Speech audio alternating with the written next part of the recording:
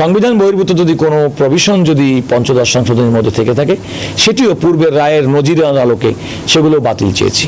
তত্ত্বাবধায়ক সরকার ফিরিয়ে দিয়ে সংবিধানের পঞ্চদশ সংশোধনী বাতিল করে হাইকোর্টের রায়ের বিরুদ্ধে আপিলের রায় আজ। প্রধান বিচারপতি নেতৃত্বাধীন আপিল বিভাগ রায়ের জন্য এদিন ধার্য করেন। টানা 3 দিন শুনানি শেষে রায়ের জন্য আদালত এদিন ঠিক করেন হাইকোর্টের রায় বহাল চান অ্যাটর্নি জেনারেল। রিটকারী আইনজীবীরা কিছু বিষয় বাদে পুরো সংশোধনী বাতিল চেয়েছেন। 2011 সালের 30 জুন জাতীয় সংসদে পাশ হয়েছিল পঞ্চদশ সংশোধনী। এতে তত্ত্বাবধায়ক সরকার বাতিলের রায়ের আলোকে সংশোধনী আনা হয়। পঞ্চদশ সংশোধনীর কারণে আওয়ামী লীগের সরকারের অধীনে হওয়া 2014, 18 ও 24-এর জাতীয় নির্বাচন বয়কট করে বিএনপি, জামাত সহ কয়েকটি রাজনৈতিক দল। জুলাই গণঅভ্যুত্থানের পর পঞ্চদশ সংশোধনী বাতিল চেয়ে হাইকোর্টে রিট করে সুশাসনের জন্য নাগরিক সুজন।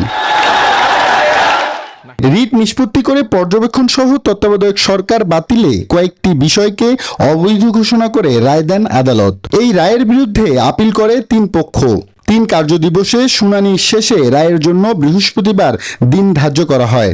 সংবিধান বহির্ভূত যদি কোনো প্রভিশন যদি পঞ্চদশ সংশোধনীর মধ্যে থেকে থাকে, সেটিও পূর্বের রায়ের নজিরের আলোকে সেগুলো বাতিল চেয়েছি। রিটকারী আইনজীবী শুনানিতে পঞ্চদশ সংশোধনী পুরোটা বাতিল চান, আর জামায়াতের আইনজীবী মনে করেন পুরোটা বাতিল করলে বিশৃঙ্খলা সৃষ্টি হবে। আমরা এক্সপেক্ট করি এটা এন্টায়ারিটি ডিক্লেয়ার করবেন নন কনস্টিটিউশনাল, শুধু ওই অংশটুকু করবেন যে অংশটুকু আদালতের কাজ বলে আমরা মনে করছি।